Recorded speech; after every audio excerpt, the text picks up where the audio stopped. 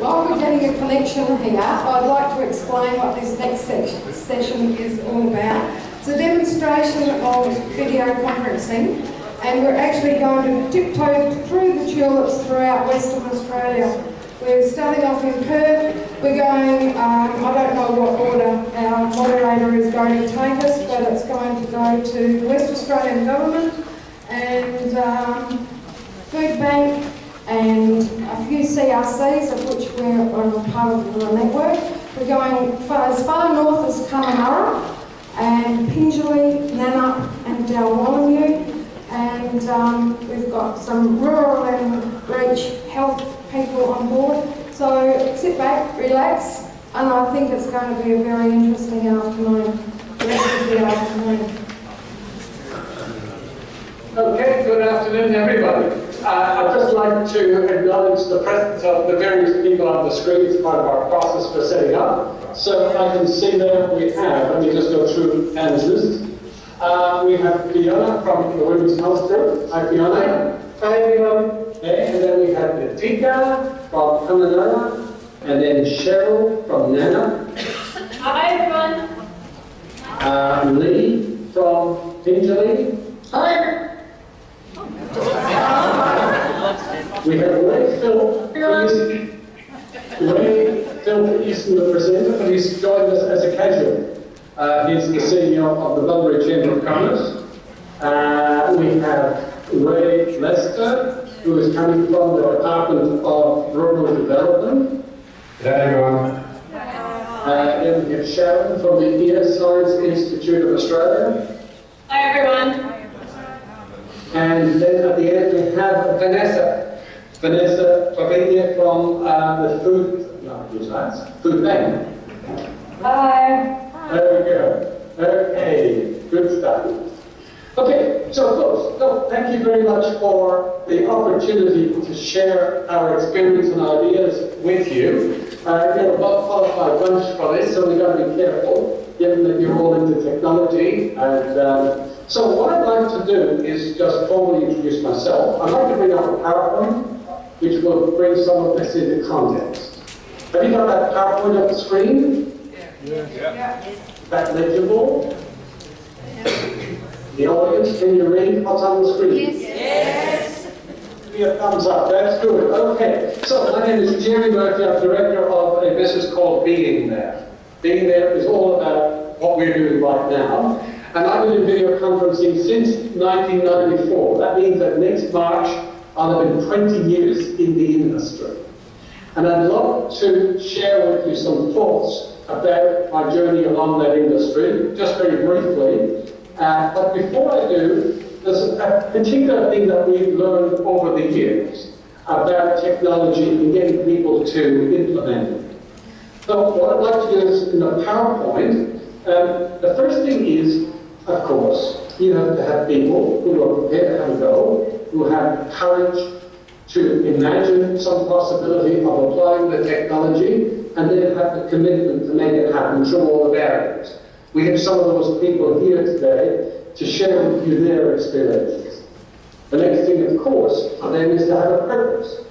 I'm sure many of you have seen people who have adopted or taken upon technologies for the sake of the technology. In 20 years, we know that doesn't work.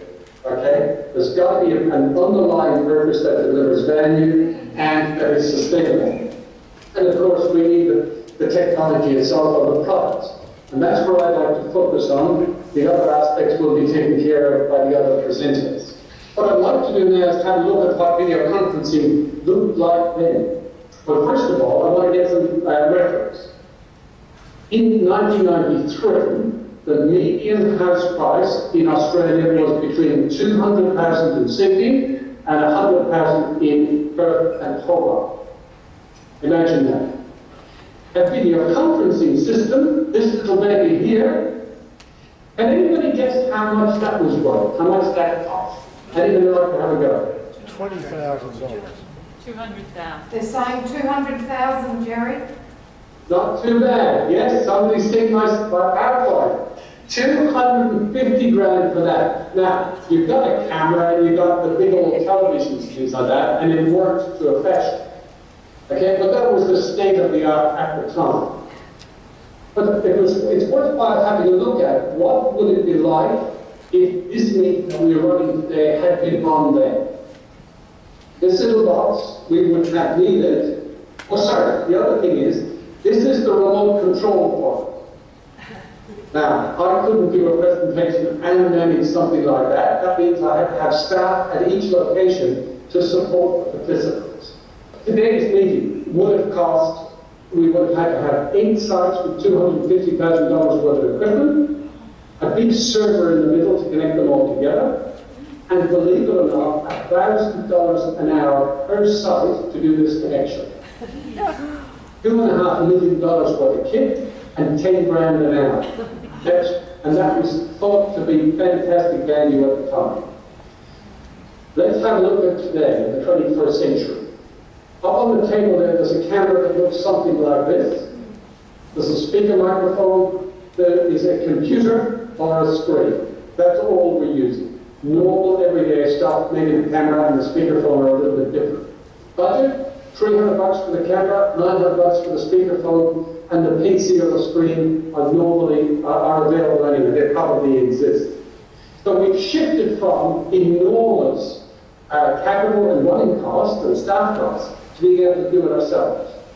$1,200 for the equipment and zero communications cost because now we're using ADSL. When I started off, ADSL didn't exist. Okay? So we've moved a hell of a lot forward from a technological point of view. The next thing I'd like to have a look at is the various technologies that are available to us today. And if we look on the left-hand axis, we've got quality. On the bottom axis, we have price. So everybody's familiar with Skype. It's been around since 2003. Fantastic technology, but it's a freebie and you get what you pay for when you have a freebie.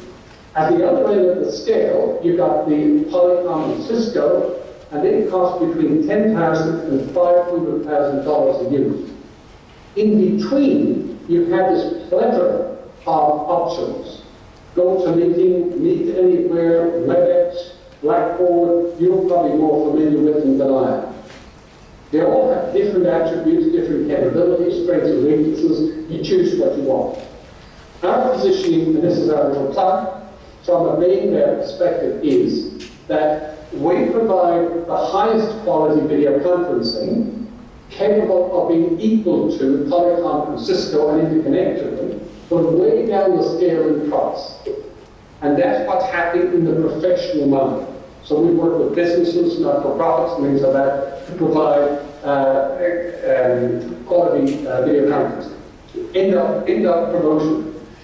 The next one we want to have a look at is, well, here is a $500,000 video conferencing system, and your federal government spent $18.4 million in the last 2-3 years. For the rest of us, well, we're technology agnostic. We want to use our Apple, our Windows machine. We want to be able to connect into the big guys, use our smartphone or our tablet. So, technology has now reached the stage where we can use any or all of those devices. So I'm running on a Windows, an Apple Mac now. You guys are running on a Windows. We don't care about it. It works. That's the way it works. Okay? So, the other thing that we're doing today, for those of you that are interested from a community perspective, it's easy to broadcast what we're doing. So we're broadcasting in a webcast what is happening in this meeting right now. It's all just happening in the background. So that's kind of all the technologies coming together in the one meeting. So the value that we have in today's meeting is distributed, but it's also preserved. Okay, we're going to move on then to the next phase, which is a small geography lesson. I'm assuming that everybody knows where Perth is, or Sydney is, that's okay. I see Rob is arrived, just hang on a sec, Rob. And we have Perth on the left-hand side, just so you know where we're going today, or where people are coming from. So, we have Perth, there are 5 different groups coming in from Perth into the meeting. Fidjali, we understand, is the center of the world. So we'll have Lee from Fidjali, we'll have Cheryl from NANOP. Now, NANOP is a slightly different name, which is the centre of the universe. Okay? And then at the top of the state, up near the Northern Territory border, we have Kununurra. Okay? So who's appeared on the screen then is Rob Lester from the Department of Rural Development. Rob, I'll just get rid of that now for a minute, and let's see where we're going. So Rob, would you like to explain where the department are in terms of the community resource centres around the state and its funding? Thanks, Gerry, and hello to everyone there at the conference. Hope you've had a good couple of days. Gerry's asked me to just talk about a program, one of the programs. Can I explain? This is our mercy. Now, here, just one sec, Rob. Just one sec, Rob. Rob is on a network that's having, it's a government network that's having some problems this morning, so he may freeze from time to time. Off you go, Rob. I'm back again. I'm sorry. We actually have what seems to be a firewall issue at the moment. Where our IT is supported by another department that has some very high security issues, and we're trying to work our way out of that. So what Gerry asked me to do is to talk about our community resource centres in WA. It's a very unique program that we're very proud of, and that makes a very, very big difference to regional Western Australia. You're going to see some of the ladies that are part of that network in a minute that are, they just really live and breathe their communities. They're fantastic. Community resource centres are essentially locally owned and operated not-for-profit hubs. They deliver and provide access to a whole wide range of government and community-based information and services. So I suppose essentially they're small social enterprises.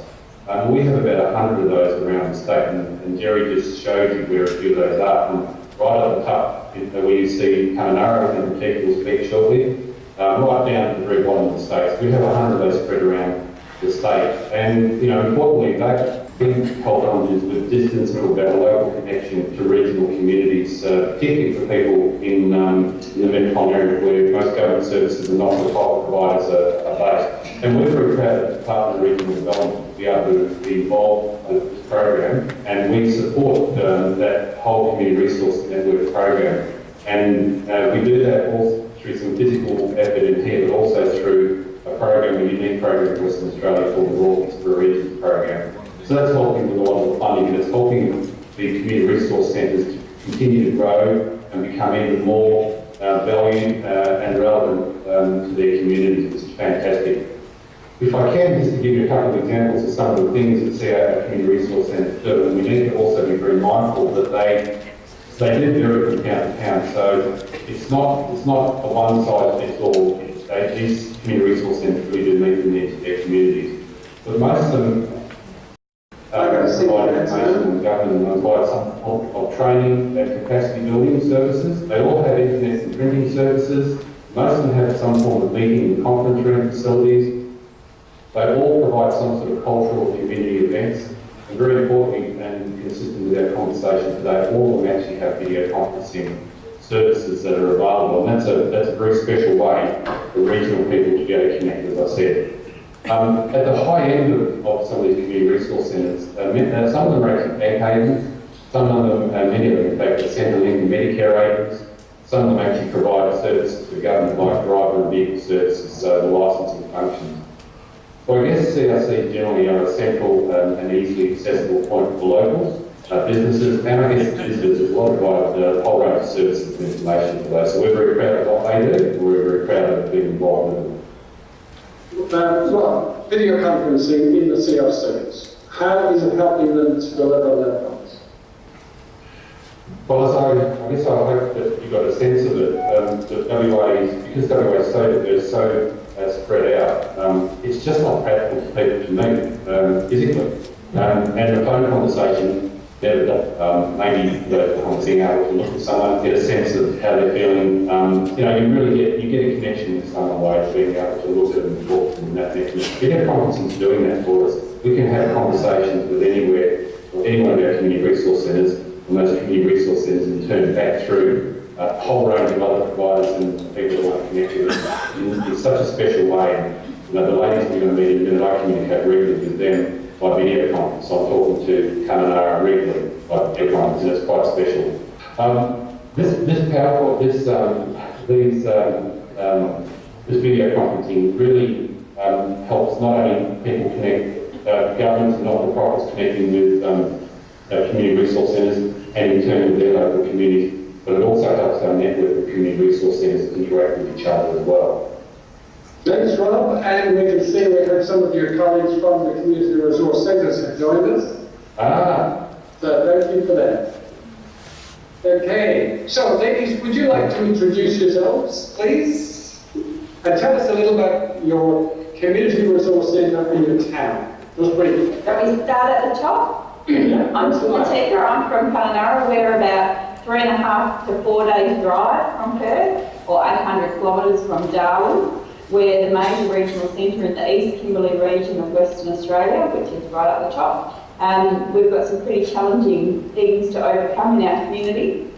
The climate is pretty harsh for most southerners, and the distances to get anywhere are also a bit of a challenge. So the video conferencing helps me not have to spend 3 days out of the office for every meeting I need to attend. So it's great.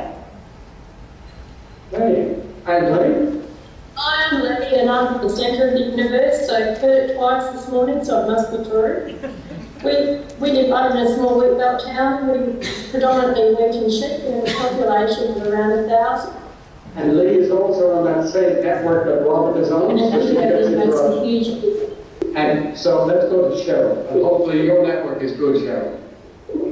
Hi, I'm Cheryl, the manager of the Nannup Community Resource Centre. Nannup is located about 3 hours drive south of Perth and about 40 minutes east of the wine region of Margaret River. Most people know where Margaret River is, even if they don't know where Perth is. We're a small community. We have a population of 600. Our town is predominantly started as a timber milling town. So we have about 85% forestry and only about 15% of farming and land bank.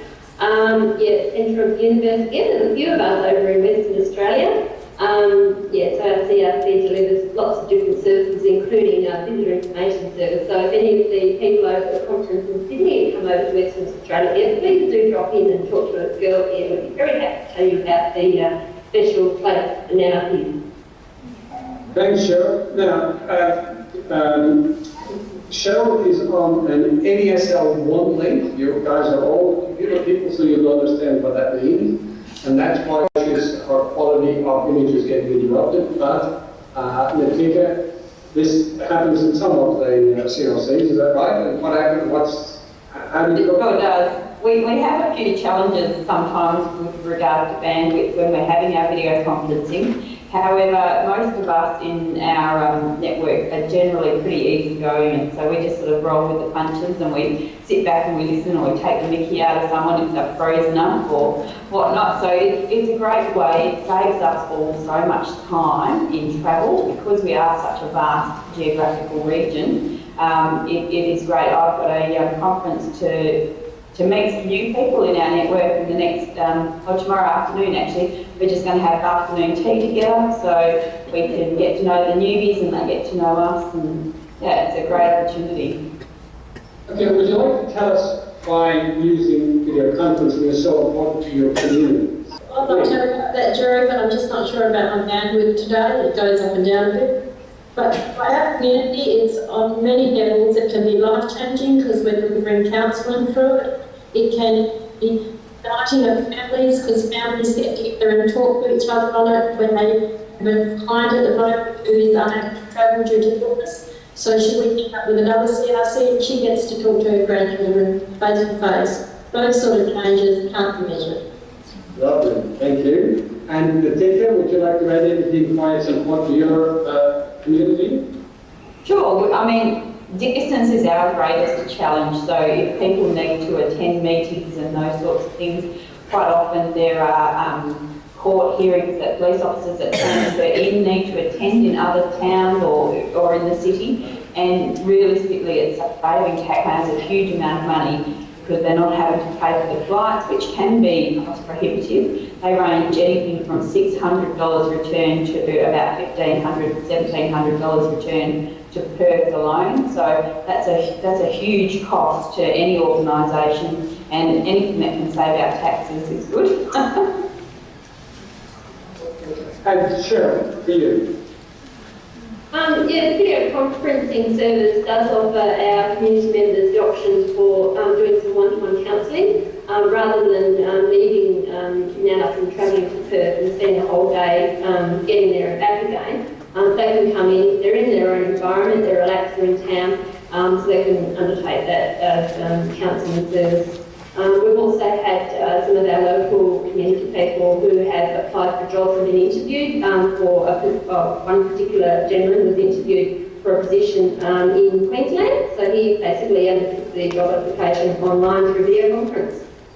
Fantastic. Thank you, Cheryl. Now, just briefly, there may be people in the audience who are part of community groups, either individual or across states and things like that. If you were to offer them some advice, Lee. Take up video conferencing, make sure that you encourage people to use it and they will learn the benefits from the use of it. But don't forget the benefits to your own organisations, because such as the three of us on the screen, we all get to catch up occasionally, and that's great for our own listening upskills. Make sure you use it on all levels. Thanks, Lee. Let's go to the Tinker. Your Jen? I would think that my best advice is don't be afraid of the technology, be patient, sometimes the bandwidth isn't the best, and just embrace it and run with it. I mean, I get to have cuppas with colleagues that are 4,000 kilometres away, you know, and it costs me a bit of my time and that's it. Okay. So, and Lee, Cheryl, for you, we'll wind up with you. Yeah, I'd just like to echo Natika's comments about not being frightened of the technology. Try and look at it as what the telephone was 50 to 60 years ago. It was new and people were frightened of it, but how many of us can do without a telephone now?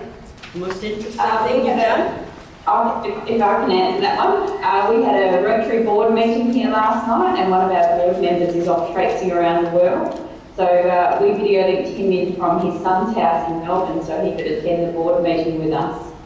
I've had lunch with Natika quite often through video conference. She'll grab her lunch and sit in front of her computer and I'll grab mine, and in between mouthfuls we'll have a nice little conversation. So how often can you do that? 3.5 drive down the way. I see Fiona has arrived on the screen. So Fiona, welcome on board. Hi Gerry, hi everyone. Hope you're enjoying the morning or afternoon now. Okay, so Fiona, would you like just to let us know something about the Rural Enrich program on the Women's Health and Family Services? Just give us a picture of what it's all about. That's okay? Thank you. So the Rural Enrich program offers all of the services we have at Women's Health and Family Services in the metro area to regional areas. So we have 46 partners with community resource centres and some regional women's health centres. We offer health information workshops, council a way of delivering that, and that was through the telecom systems at the time. So we actually had to go off site to do it as well. We couldn't do it in our own office. And we're getting phone calls from people in regional areas having questions around health and wellbeing and service providers, etc. So when we became aware of the Community Resource Centre's video conferencing network, which meant we could do it at our office, it was straight into the community. People in the community could contact us without having to tell people why they're accessing our services. It just made sense for us to go that way, to get away from the big, fully comparable systems and use this really easy and simple, very little hardware required. And the internet connection is really important, and we have quite a strong internet connection, I would say, Gerry, that we've worked on to make sure at our end we can make it as a good experience as possible. But as the ladies were saying, people are also quite forgiving in country areas. They're used to having time for little services. So it works for us. And it also means that we can be in all of those locations because we're not physically having to have resources and money to be in each of them. So it's about maximising that resource and minimising the cost. Well, Fiona, you have some PowerPoints here that you wanted to share. Could you tell us just some background on those, please?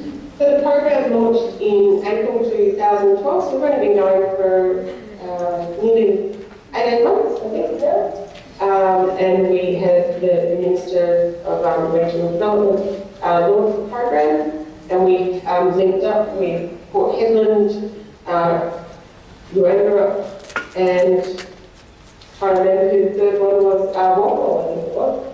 And so we were able to have people in regional areas participate in our launch program on the very first day, which is really exciting. Fantastic. And this one here? So this one here was a conversation we had with one of the partner in women's health centres, which is in the southwest in Bunbury, and that means we can be localised as well as per central in terms of delivering services. And this last slide, which came through the southwest partnership we have, was a request from Augusta to have yoga classes done by video conference. So you see Sarah and Bunbury doing classes. They have ongoing, they've happened for this past year, and they have 2 classes a week, I believe now, and they've got that recorded so they can use that in their community, which is a great outcome in terms of fitness, health and wellbeing. Okay. So, who's going to join us next? Thank you very much, Fiona. Thank you, Gerry, and it's lovely to see everyone. I'm going to have to go to an appointment, so I hope to see you all soon and have a great day. Thanks, Fiona. Very much appreciated. Okay, and who's turned up here is Vanessa from the Food Bank. Welcome, Vanessa. Good afternoon, everyone. Thank you very much for having me, and yeah, it's really great to be here. So I guess I just wanted to tell you a little bit about Food Bank WA and what we're actually about. So Food Bank WA was established in 1994, the same year as Gerry, I just found out today. And Food Bank WA basically provides a bridge of support between the food industry and community royalties in WA. So we have 5 regional branches as well, so in Mandurah, Geraldton, Bunbury, Albany and Kalgoorlie. So these branches support the Western Australian rural community in food relief. So we also deliver a range of health initiatives also from Food Bank WA. So these fall under our regional, our Healthy Food for All program. So these include the school breakfast program, our Choose to Move physical activity program, food sensations, as well as our regional strategy. So today I'll be talking about food sensations and how we're doing that throughout the state. So I just wanted to show you, there's a few pictures which Gerry is showing you on the screen now. So basically, we're delivering video conferencing to regional areas, and this enables us to not have to actually go from town to town, so we can actually do it via video conferencing. So this photo is just Lucy delivering some nutrition education to the 3 community resource centres. Next one, Gerry. So this is basically, we have a supporting PowerPoint which supports the program we do as well. The cooking is always the favourite part with the groups, and also sharing the meal at the end, so getting their feedback is really great as well. Oh, there's Walpole actually, so everyone else always shows their meal up to the camera so we can have a look, but it's a bit unfortunate we can't taste it, so that's always quite exciting. Okay, for you as an organisation, with an objective to spread the information about food and nutrition, all that, what are the key benefits that you've identified? Give us 1 or 2, please, Vanessa. Oh yeah, so definitely the cost savings. So as Food Bank WA is a not-for-profit organisation, we are able to really utilise our funding as well as we can. So we don't have to actually make the budget stretch as far as we would if we had to travel the vast distances between the towns. So video conferencing has really reduced the cost for us in terms of being able to deliver our food sensations to a few towns at once, and actually being able to phone in each week as well, instead of, because realistically you couldn't travel to 3 different towns 4 weeks in a row. So it's really given us it's been really great in terms of the benefits for us. Also creating the relationships with the CRC, so really being able to get to know each individual at the CRC, and every week when you video conference in, we can say, hi, how you going? We can actually call people by name. So that really has enabled us to build that relationship, and also enabling CRCs to build a relationship between each other as well. So if we're phoning in or video conferencing into Brunswick Junction, Walpole, and I'm trying to think of the place we went to, can't remember. But they can actually talk to each other as well. So not only engage with us, they can engage with other towns and see what they're doing and things like that. That's really great.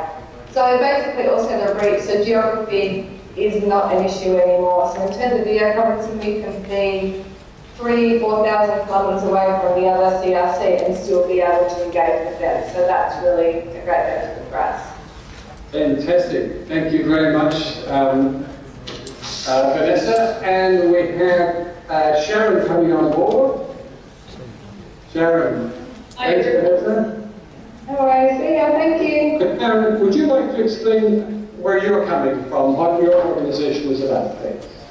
Hi everyone, welcome, and I hope you're having a lovely conference. So I work for an organisation called the Ear Science Institute Australia, and we're a non-profit research institute based in Perth. Our institute's quite unique. It has 4 key pillars. It has a pillar of research. We do research around telehealth and telemedicine. We're trying to grow people's eardrums, so growing tissues. Lots of clinical research about hearing aids and hearing. We're specifically an institute about hearing loss, hearing aids, research into ear and hearing health. We've also got a very strong clinical presence. So we have Alliance Hearing Clinics in 5 locations, and we have the ESIA Implant Centre and Balance Centre. So we look at cochlear implants and also balance issues. We also have a very strong education pillar through the centre. So we educate doctors, nose and throat surgeons, nursing staff, carers about all the issues about ears and hearing loss.